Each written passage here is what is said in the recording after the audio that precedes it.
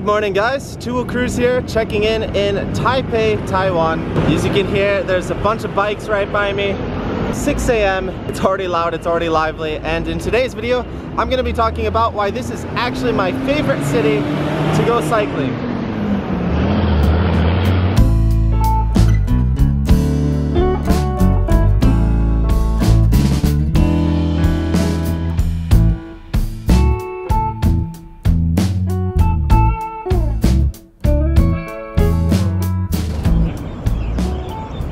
So I'm actually here in Taipei for work this week. It's the Taipei Cycle Show. I just announced my new job on the channel a couple weeks ago, so if you haven't checked out that video, go check it out. Long story short, I'm working for a Japanese distributor, mainly with BMC. And yeah, we're here to check out all the new brands and stuff and see if we can find any new product. And while I'm here, I couldn't pass up the opportunity to go for a ride. I love Taiwan, I love Taipei, I love cycling here. I come here every year. I've come here every year for the last 4 years. I love the cycling here in Taiwan, and I wanted to share with you guys why Taipei is my favorite city for cycling. One of the biggest reasons is exactly where I'm standing right now. You can see I'm on the river path, and there's a huge network of paths here. This is just a small portion of the river paths available here in Taipei.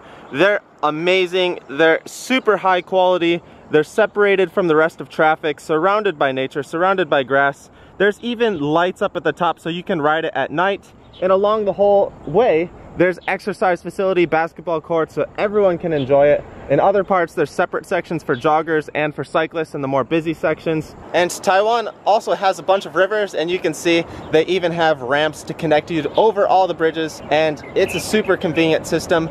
We're going to be going along the river paths today on today's ride, and I'm going to keep talking about why I love cycling in Taipei, why I love cycling in Taiwan. So come along, join along, and let's get going.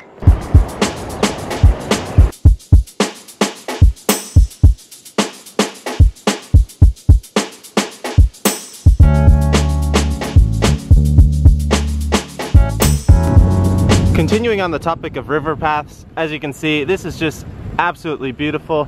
We've got a bunch of facilities off to the side, some baseball here. I know this has nothing to do with cycling, but it does help promote the cycling lifestyle for people who do other sports and are active in other ways. It just allows everyone to get out, have a good time, whether you're just a kid, whether you're trying to just get to your basketball game, whether you're trying to get to your soccer game, or whether you're a serious cyclist or jogger.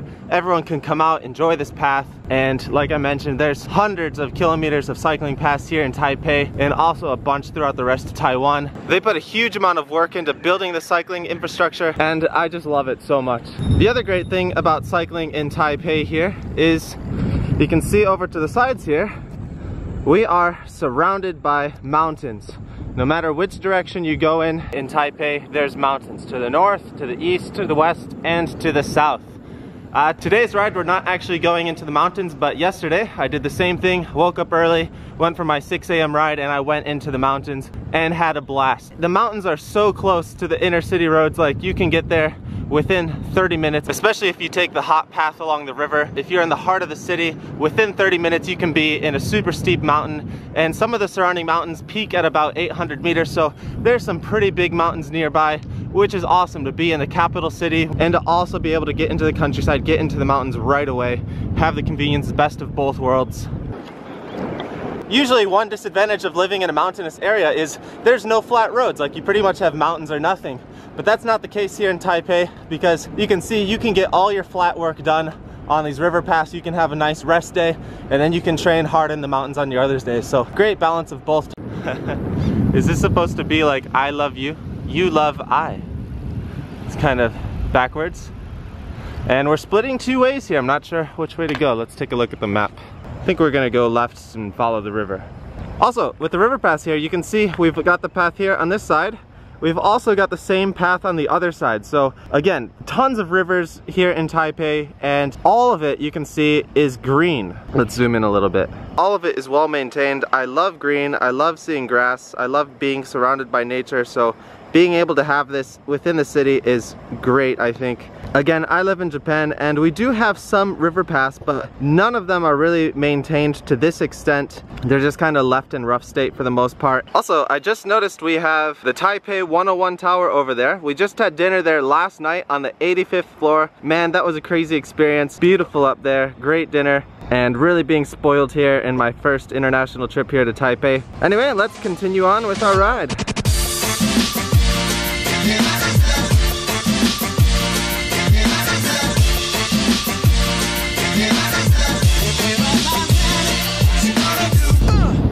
Another great facility for cyclists here. Public restrooms everywhere. Pretty much every kilometer they have at least one. These are kind of the standard types, but they have some nice ones as well where you can fit your bikes in. But I'm gonna take a quick potty break right now. So this is my bike today. I'm on a felt carbon. Some of you guys who are fans of the channel will recognize this is the bike that I used in my Taiwan cycling trip from last year. So yeah, if you haven't checked out our cycling videos here in Taiwan from before, I'll link the playlist here. I brought my wife with me last year and we did a whole bunch of fun rides around Taiwan, especially beautiful over in the Hualien area, the Taroko Gorge. Absolutely beautiful. Check out the playlist if you're interested in more videos about cycling in Taiwan. Anyway, back to the bike. As you guys know now, I'm working for BMC in Japan, so I mentioned before, this channel isn't just going to be a big advertisement for BMC. I'm just going to ride whatever bike's available. If something's interesting and I want to review it, I'm going to share it on the channel. So today, I'm very grateful to have this bike. Any bike is better than no bike. And you can see this bike has definitely been used. This bike has definitely been loved. We've got some old school Shimano Ultegra in here with the cables coming in from the inside. I got my GoPro on the front, Garmin up in the front, and this is the bottle we got from the giant store in Hualien when we did our cycling trip last year. Also on the SPDs today and the mountain bike shoes, I've got a mix of brands right now. I've got my Specialized shoes, and yeah, mountain bike shoes are just way more convenient when I'm going on these travel trips and need to walk around a lot. Let's just look at this. This is absolutely insane. We're right in the center of a massive city, but we're surrounded by nature. We've got all the space. It's nice and quiet. One of the other things I absolutely love about this kind of facility is just it brings people together. It brings people who are exercising, running, cycling, all to the same place. So you can be surrounded by people who are passionate about the same thing that you're passionate about. Sometimes cyclists are kind of lonely creatures and we like to be alone for a while, and that's true for me sometimes, but other times I kind of get a strange feeling if I'm alone cycling for too long. I kind of like being able to see other cyclists, to be able to pass other cyclists is a good feeling. It's a motivational feeling. It makes you feel like, yeah, I'm going hard. And that's something that I really strongly feel when I'm here. There's always people out on the river paths. When I was out in the mountain route yesterday, I passed at least 10 people, and this is just some random mountain road on the east side of Taipei at 6 in the morning, and I saw all these people. When I'm cycling in Japan, there's not really the standard route that everyone goes to. There's not really a safe place that people can gather to go cycling, so it's kind of lonely at times because you don't run into people. But on the other hand, that's a nice thing at other times. But ultimately, I'm really jealous of this facility here in Taipei that everyone can come out and ride. Another great thing I see here in Taipei is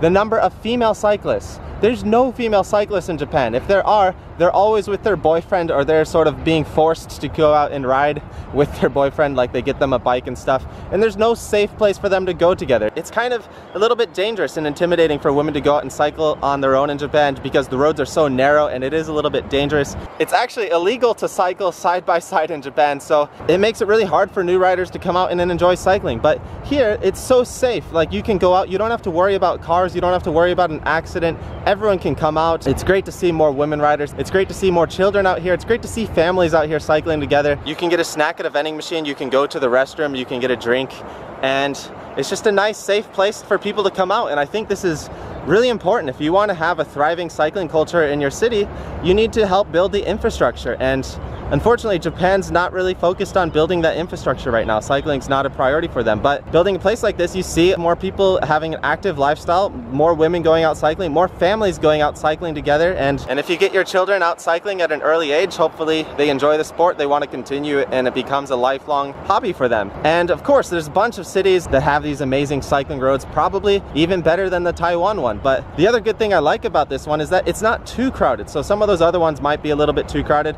I haven't experienced experienced them yet, so they might be better in other places, I don't know. But for me, my favorite city that I've cycled in so far has to be Taipei. I've come back every year and I've just really enjoyed it. I'm sure there's other great places out there in the world that I just haven't had a chance to go to yet, and hopefully I'll get to go to those places. But if you're looking for an interesting place to go for your next cycling trip and you haven't been to Taiwan before, I strongly recommend coming to check it out. Come check out Taipei. It's a huge city, lots of things to offer, lots of normal tourist attractions. So if you come with your family, you can enjoy the regular tourist stuff, and you can also get out for your nice ride in the morning, early in the morning.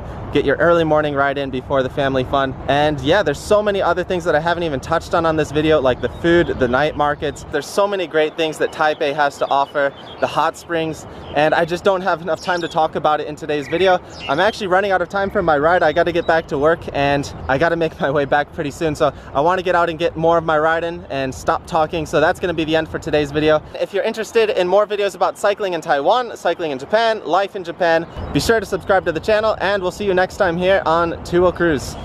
Later guys, and thanks for watching.